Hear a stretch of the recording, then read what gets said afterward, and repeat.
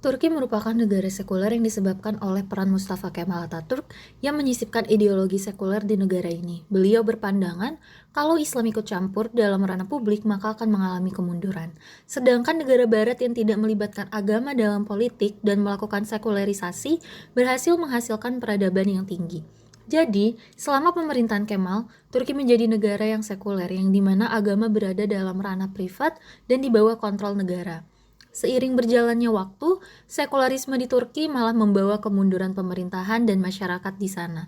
Kemunduran ini membuat mereka menjadi termotivasi untuk mencapai Turki yang lebih baik dan maju. Pada tahun 1980-an terjadi gelombang demokratisasi di seluruh penjuru dunia yang diikuti dengan adanya kesadaran politik masyarakat sipil di berbagai dunia.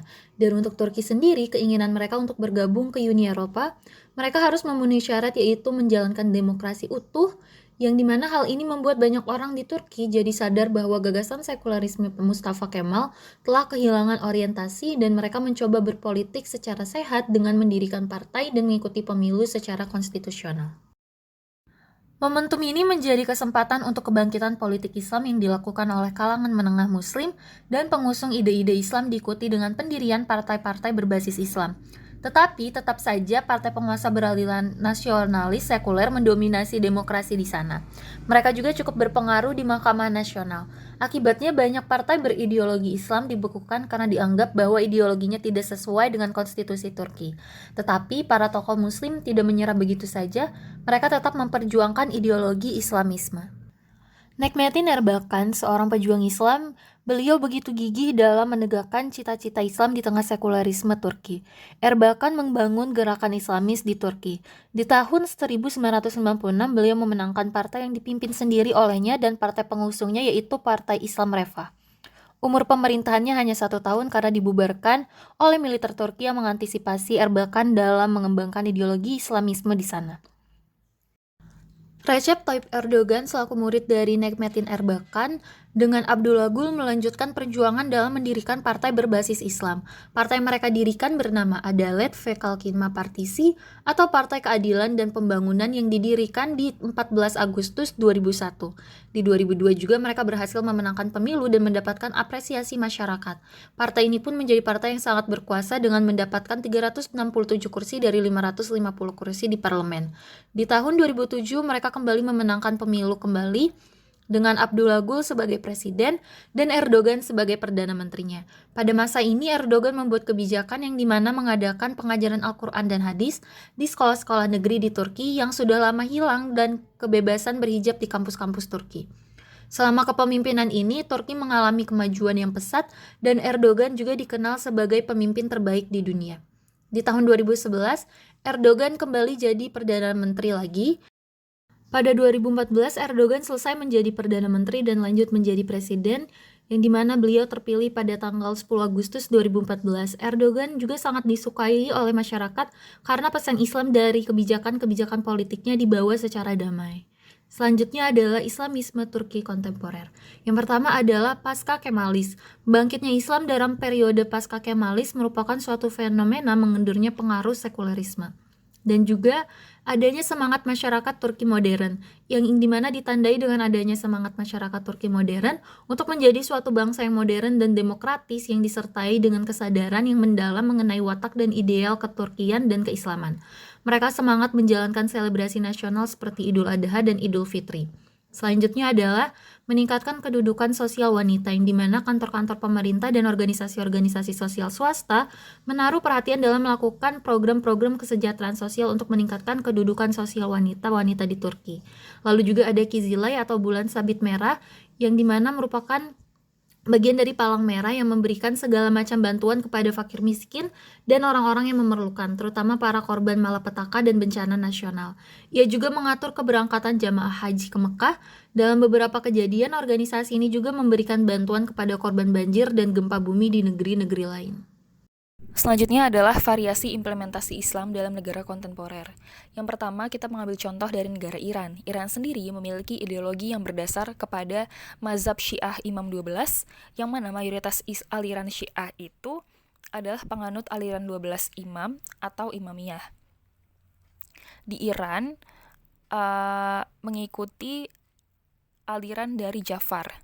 Di Iran diadakan sistem velayat-i faqih atau supremasi kaum ulama, di mana seorang pemimpin agama memiliki hak untuk memberikan fatwa keagamaan dan memegang kekuasaan tertinggi di negara tersebut. Kepala pemerintahan dijabat seorang presiden yang dipilih secara langsung oleh rakyat untuk masa jabatan 4 tahun dan dapat dipilih kembali maksimal 1 kali. Presiden dibantu 9 wakil presiden. Kemudian yang kedua, kita mengambil contoh dari Qatar. Qatar merupakan negara yang mayoritas penduduknya muslim. Hukum syariah diterapkan pada hukum yang berkaitan dengan hukum keluarga, warisan, dan beberapa tindakan kriminal, seperti perzinahan, perampokan, dan pembunuhan. Sangat menarik melihat implementasi syariat Islam di negara ini, karena Qatar menganut sistem hukum campuran antara hukum sipil dan hukum syariat. Jika terdakwa seorang muslim, maka hanya pengadilan syariah lah yang memiliki yurisdiksi atas kejahatannya. Lalu, dalam ekonomi, di perspektif perbankan, pemerintah Qatar telah menjadi pemain terkemuka di sektor perbankan Islam sejak awal 1980-an, ketika bank pertamanya yang berbasis syariah dibuka untuk bisnis. Kedua, dalam pelaksanaan syariat Islam tahun 2014, Qatar meluncurkan kampanye kesopanan untuk mengingatkan wisatawan tentang kode busana sederhana di publik. Orang asing yang bekerja di swalayan tidak diharuskan untuk berbusana muslim, seperti itu contohnya. Yang penting, mereka mengenakan pakaian yang sopan sesuai aturan yang telah ditetapkan.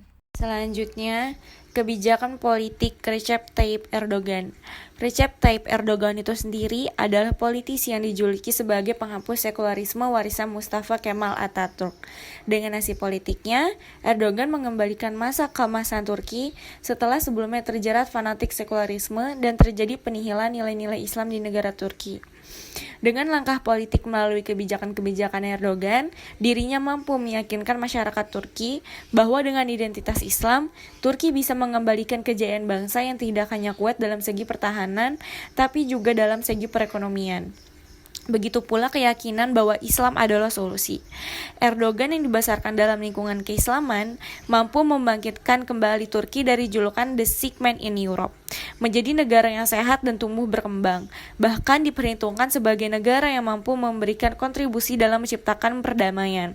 Dan oleh karena itu, kita perlu mencari tahu nih bagaimana kebijakan politik Recep Tayyip Erdogan dalam mentransformasi Turki ke Islamis dan bagaimana pula kajian Islam melihat kebijakan Erdogan tersebut. Sebagai bentuk kebijakan politiknya, baik di dalam maupun di luar negeri, Recep Tayyip Erdogan memberi banyak sekali perubahan di berbagai sektor. Tidak terkecuali transformasi sekularisme masa Mustafa Kemal menjadi Islamisme Turki masa Erdogan, yang pada dasarnya berbeda dengan Islamisme masa Turki Utsmani atau Ottoman. Perjuangan Erdogan mengembalikan nilai-nilai Islam di Turki dengan implementasi kebijakan-kebijakan politik pemerintahannya telah mampu mengangkat martabat masyarakat Turki yang mayoritas beragama Islam. Dan begitu pula dengan keberhasilannya memberikan kebebasan dalam menjalani syariat Islam secara nyaman di kalangan masyarakat Turki. Kemudian, dengan kebijakan politik Erdogan yang memiliki esensi berupa menumbuhkan keimanan yang menjadi tempat kembalinya tindakan-tindakan manusia dalam bersosial maupun berpolitik. Capaian politik pemerintahan Erdogan melalui kebijakannya tersebut telah sesuai dengan konsep politik profetik yang di dalamnya terdapat 3 pilar besar yang berupa humanisasi, liberasi, dan transendensi. Selanjutnya ada kepemimpinan politik dari Erdogan. Yang pertama, gaya kepemimpinan independen aktif, di mana berfokus pada memelihara kemampuan dan kemerdekaan dirinya sendiri maupun pemerintah. Erdogan juga menekankan pada kesederajatan hubungan antara Barat ataupun Timur, serta meyakini bahwa hubungan antar negara haruslah menjadi sesuatu yang dibangun atas kesederajatan dalam hubungan, sikap saling menghormati tanpa tekanan, dan komitmen atas nilai-nilai kemanusiaan. Hal ini juga tampak nyata dalam misi Erdogan untuk memperbaiki Turki. Yang kedua, gaya kepemimpinan sportif, di mana kepemimpinan yang dilakukan dengan memberikan dukungan kepada bawahannya. Selama menjabat, Erdogan ini sangat dicintai oleh rakyatnya karena perhatiannya. Ia sering mengajak orang fakir miskin untuk berbuka puasa selama bulan suci Ramadan ditemani oleh istrinya. Erdogan juga menjadi orang pertama yang memberikan dukungan dan kepercayaan kepada orang-orang disabilitas saat pemerintah mengabaikan mereka di berbagai bidang. Dan uniknya lagi, di tengah kesibukannya, Erdogan ini sering ikut bertakziah bagi orang Turki yang keluarganya meninggal dunia. Ia bahkan hadir dalam pemakamannya. Yang ketiga, gaya kepemimpinan transforming, di mana kepemimpinan yang menekankan pada visi perencanaan, tindakan kreatif, dan juga komunikasi. Hal tersebut berhasil dibuktikan Erdogan melalui sektor ekonomi, transportasi, pendidikan, dan juga sektor lingkungan. Untuk ekonomi, Erdogan membuat produk domestik nasional Turki mencapai 100 miliar dolar di tahun 2013, dan juga ia berhasil memasukkan Turki ke dalam anggota G20. Untuk transportasi sendiri, Erdogan membuat Airport Internasional Istanbul yang merupakan bandara terbesar di Eropa. Sedangkan untuk pendidikan, Erdogan membuat kebijakan dengan menggratiskan biaya pendidikan. Dan yang terakhir, lingkungan, pemerintah Erdogan mengawali pengolahan sampah menjadi pembangkit tenaga listrik yang digunakan oleh sepertiga penduduk Turki. Yang keempat, ada gaya kepemimpinan situasional.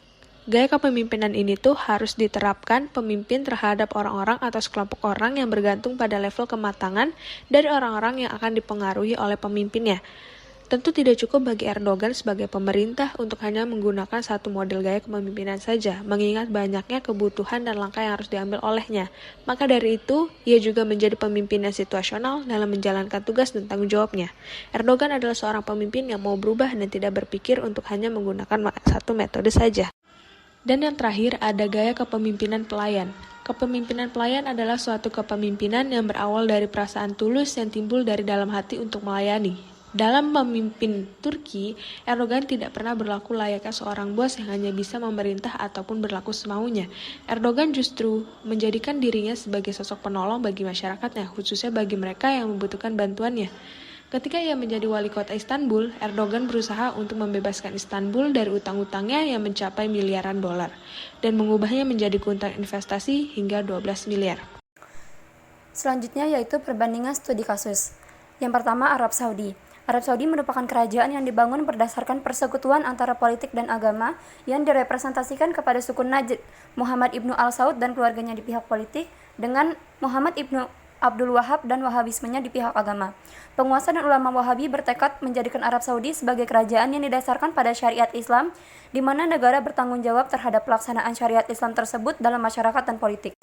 Pada tanggal 27 Sya'ban 1412 Hijriah, Fahd menerbitkan Al-Marsum Al-Maliki atau Titah Raja nomor A90 tentang Basic Law of Government yang terdiri dari 9 bab dan 83 pasal. Kedelapan bab tersebut adalah mengenai 1. Prinsip-prinsip umum, 2. Sistem pemerintahan, 3. Nilai-nilai masyarakat Saudi, 4. Prinsip-prinsip ekonomi, 5. Hak dan kewajiban, 6. Kekuasaan negara, 7. Keurusan keuangan, 8. Lembaga audit, dan 9. Penutup. Dalam struktur kerajaan, otoritas agama yakni ulama menjadi penasihat bidang syariat Islam di kerajaan. Selain menggunakan sistem hukum syariat, hukum yang dilaksanakan pemerintahan Saudi juga menerapkan peraturan-peraturan serta membangun lembaga-lembaga untuk menangani kasus-kasus yang tidak dicakup oleh syariat, contohnya di bidang sekuritas keuangan dan perbankan.